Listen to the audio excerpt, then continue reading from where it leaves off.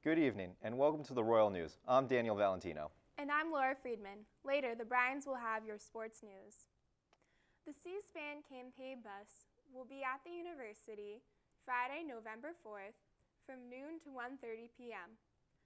The bus features interactive quizzes that can test your knowledge on the political process. HD TVs, touchscreen computers, laptops, and mobile devices will also be on the bus to educate the public about the election and C-SPAN's in-depth public affairs coverage. The bus will be at the base of the Commons near the Commons Flag Terrace. The event is open to the public and is free of charge. We'll have more for you after this short PSA break.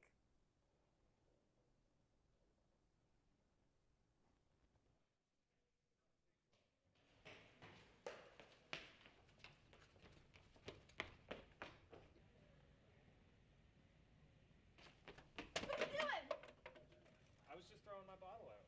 The recycling bin is right there. I'm sorry, I won't do it again.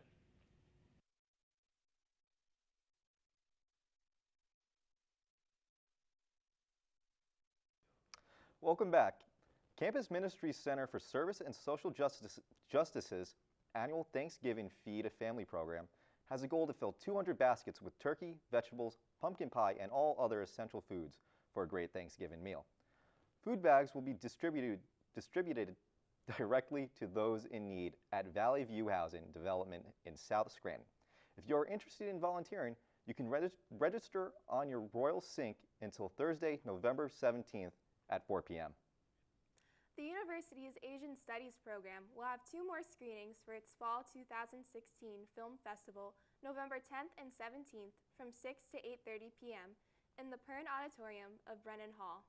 The theme of this year's festival is Chinese women in the 20th century and beyond, traditions, transformations, and modernization. Admission to the films is free and open to the public. A great networking opportunity is coming up on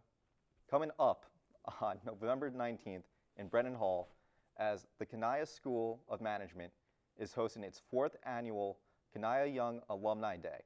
Registration for the event is still going on, with table sits in Brennan Hall from 11 a.m. to 2 p.m. on Friday, November 4th, Tuesday, November 8th, and Thursday, November 10th.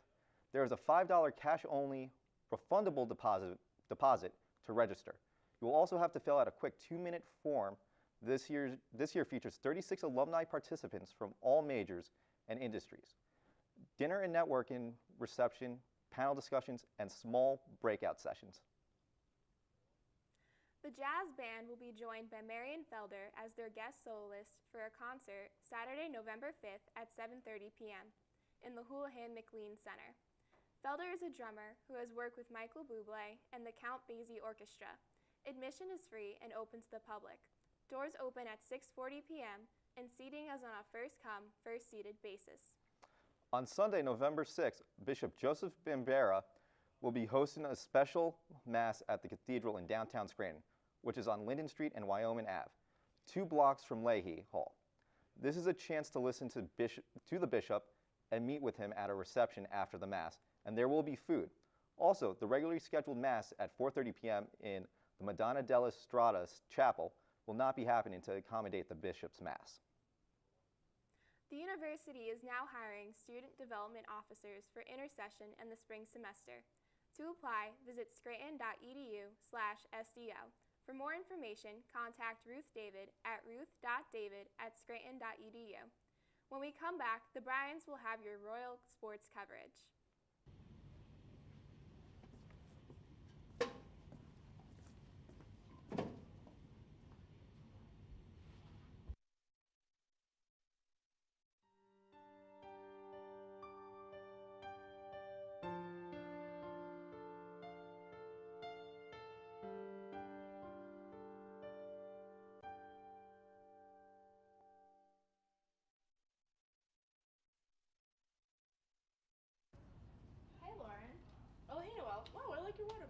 Thank you. You should really get one. They're better for the environment because they're reusable.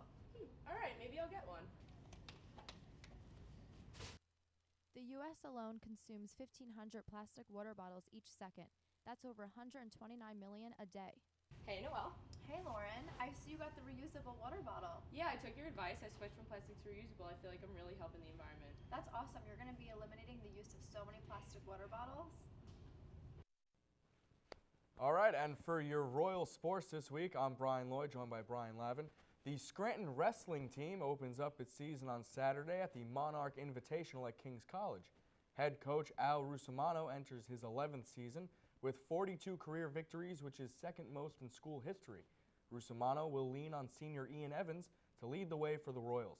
Evans enters this season with the third most wins in Royals history with 90 after finishing last season 29-8. He has had 29 victories every season, at each one of his 3 seasons as a Royal. The Scranton wrestling team will open up their home opener as they hit the mats when they host the Electric City Duels on November 12th in the Byron Center.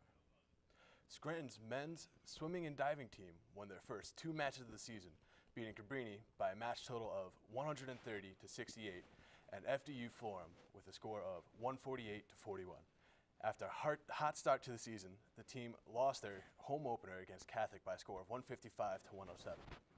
The team looks to get back to action this Saturday with 2 matches, playing Hoodietta and Goucher right here at the Byron Center. The Scranton men's soccer team welcomed 3-seed Drew University to Fitzpatrick Field on Wednesday for the Landmark Conference semifinals. Could they advance to the Landmark Conference finals for a second straight year? Well, the first half was filled with chances for both squads, but it was junior Connor Casey that found the back of the net first in the 39th minute of play to put the Royals ahead 1-0. It was Casey's 3rd goal of the season and his 3rd goal in 3 Landmark Conference games dating back to last season. Scranton couldn't hold the lead into the half as Drew scored the equalizer with just 42 seconds remaining in the half.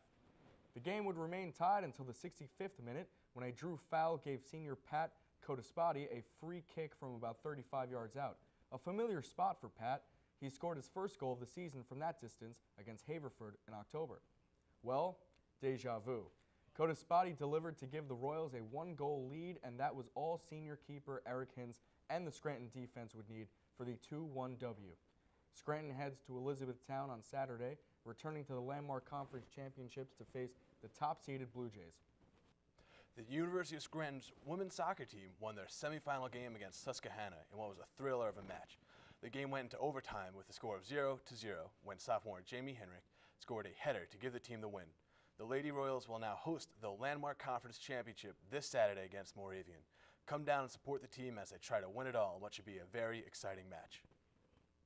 The defending Landmark Conference champion Lady Royals basketball team have had 2 seniors named to the D3Hoops.com preseason All-American team for the upcoming season.